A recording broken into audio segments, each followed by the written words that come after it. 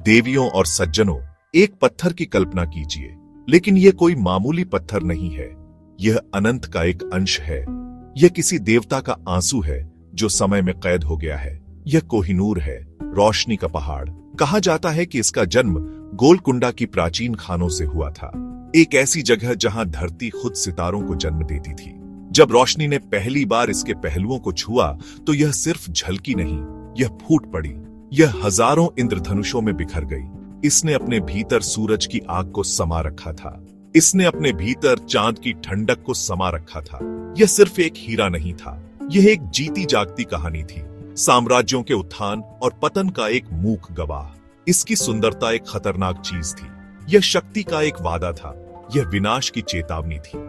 इसे पाना खुद इतिहास के एक हिस्से को पाने जैसा था। कोहिनूर सिर्फ किसी सिंहासन या खजाने में नहीं पड़ा रहता था, यह राजाओं की महत्वाकांक्षाओं से धड़कता था, यह अपनी प्रजा की प्रार्थनाओं से धड़कता था। लेकिन असली मालिक तो वह हीरा ही था। अब चलिए इतिहास के पन्ने पलटते हैं एक बड़े बदलाव के द्वार की ओर। उथल पुथल का समय। पंजाब का महान सिख साम्राज्य, जिसे वीर महाराजा रणजीत सिंह ने बनाया था, एक मजबूत गढ़ की तरह खड़ा था। यह पराक्रमी योद्धाओं का राज्य था और स्वाभिमानी लोगों का। महाराजा पंजाब के शेर के पास कोहिनूर था। उनके लिए यह सिर्फ एक गहना नहीं था, यह उनकी संप्रभु शक्ति का प्रतीक था, उनके शासन की वैधता। लेकिन उनकी मृत्यु के बाद साम्राज्य कमजोर पड़ने लगा।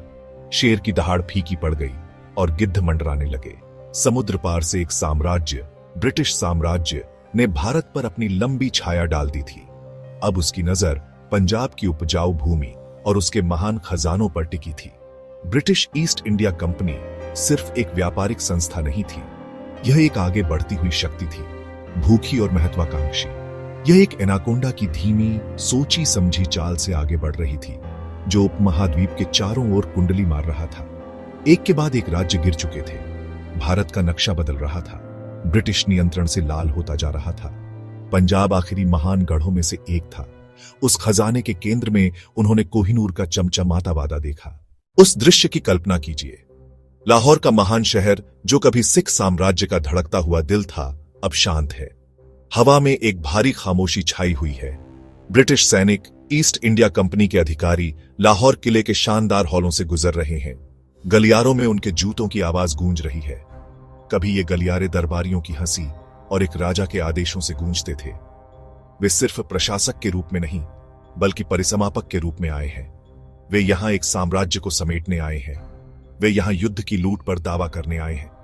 वे जिस भी वस्तु को छूते हैं, वह पंजाब की आत्मा का एक टुकड़ा है, उसके गौरवशाली अतीत की एक याद। हवा में मातम का एहसास पसरा है, एक गहरा, अनकहा दुख। ब्रिटिश अधिकारियों ने अपनी सूचियों और बही खातों के साथ उस दिल तोड़ने वाले काम को शुरू किया। उन्होंने संदूक खोले जो भरे हुए थे बेशकीमती रेशम से, कश्मीरी शालों से, और फिर वे उस तक पहुंचे, कोहिनूर।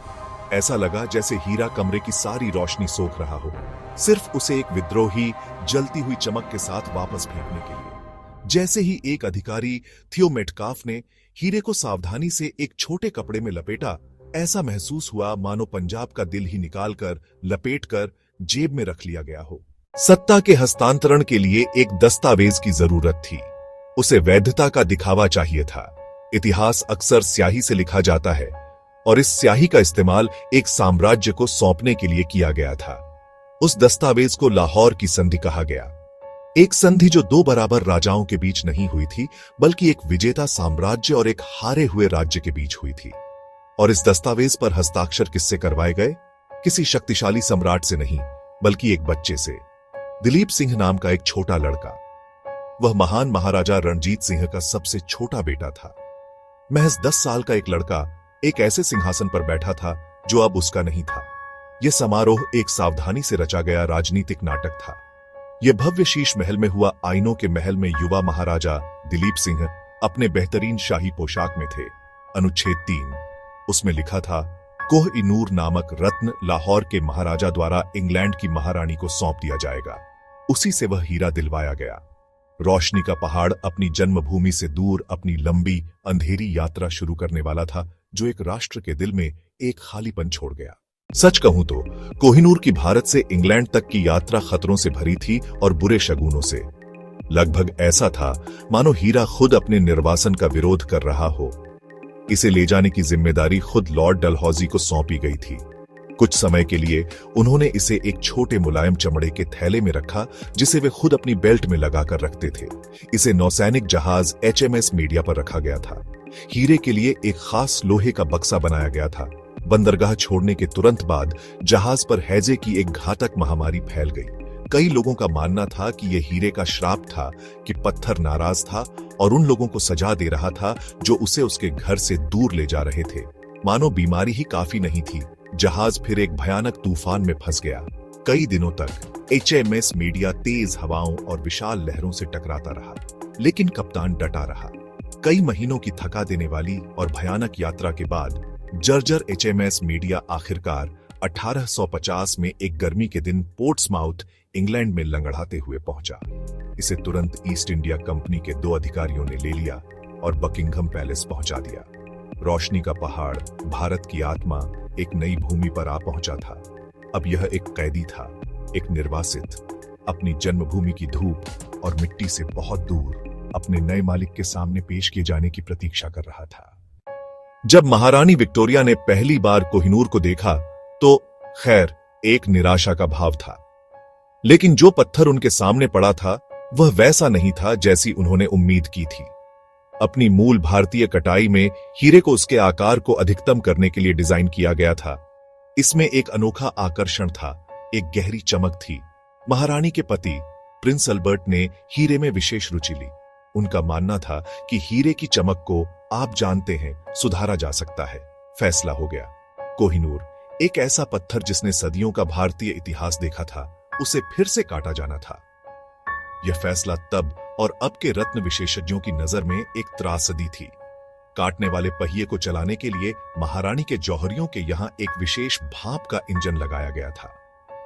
प्रिंस अल्बर्ट ने खुद कटाई शुरू करने के लिए हीरे को पहिए पर रखा। यह एक धीमी, तनावपूर्ण प्रक्रिया थी जिसमें 38 दिन लगे। हीरा तराशने वाले चिंता में काम कर रहे थे, यह जानते हुए कि एक गलत चाल उस अनमोल रत्न को चकनाचूर कर सकती है। जब काम पूरा हुआ तो कोहिनूर बदल चुका था। यह छोटा था, बहुत छोटा। इसके मूल वजन का चौंका देने वाला 40%, इसका इतिहास धूल में पीस दिया गया था। लेकिन अब यह एक अंडाकार, शानदार हीरा था जिसमें कई और पहलू थे जो एक चकाचौंध, उग्र प्रदर्शन में रोशनी पकड़ते थे। इसकी भारतीय पहचान को एक अंग्रेजी ताज में फिट होने के लिए फिर से काटा गया था। नए कटे हुए कोहिनूर को एक घर की जरूरत थी।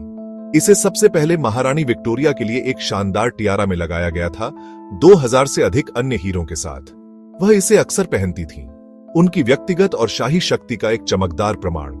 जब 1877 में विक्टोरिया को भारत की साम्राज्य घोषित किया गया, कोहिनूर का प्रतीकवाद और भी शक्तिशाली हो गया। अब इसे साम्राज्य के गहने के रूप में प्रस्तुत किया गया, ब्रिटिश राज का एक चमकता हुआ केंद्र बिंदु।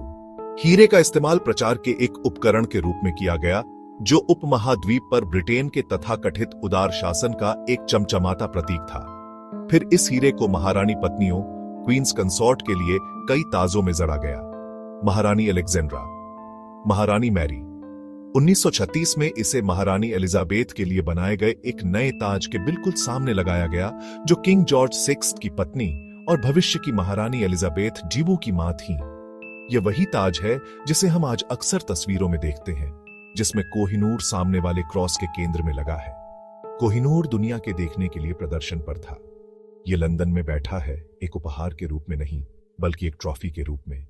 एक सुंदर, शानदार और गहरा विवादास्पद ट्रॉफी जो 2 साम्राज्यों की कहानी बताती है, एक जिसने इसे खो दिया और एक जिसने इसे ले लिया। आज 23 सितंबर 2025 है। कोहिनूर टावर ऑफ लंदन में मोटे कांच के पीछे आराम कर रहा है। एक आधुनिक, विचारशील भारतीय परिवार कोहिनूर के प्रदर्शन को देखता है। उनकी परछाई कांच पर दिखाई दे रही है। हर साल दुनिया भर से लाखों पर्यटक इसके सामने से गुजरते हैं, लेकिन एक भारतीय के लिए उस हीरे के सामने खड़ा होना एक अलग अनुभव है। यह सिर्फ एक पत्थर नहीं है, यह अतीत से आई एक फुसफुसाहट है। यह किसी ऐसी चीज को देखने का एहसास है जो आपकी है, लेकिन आप उसे छू नहीं सकते। कोई ऐसी चीज जो आपके घर की है, लेकिन किसी और के घर में है। कोहिनूर की कहानी सिर्फ एक हीरे के बारे में नहीं है, यह भारत की कहानी है, अपार धन दौलत की कहानी, गहरी आध्यात्मिकता की, कलात्मक प्रतिभा की। इसे वापस लाने की मांग सिर्फ एक वस्तु की मांग नहीं है, यह हमारी लूटी हुई विरासत के एक हिस्से को पुनः प्राप्त करने की इच्छा है। यह एक प्रतीकात्मक इशारा है जो कहता है हमारा इतिहास हमारा अपना है, रोशनी का एक पहाड़ जो एक लंबी परछाई डालता है, हमें यह याद दिलाने के लिए कि हम कहां से आए हैं और उस रोशनी की जो हम अपने भीतर रखते हैं। धन्यवाद।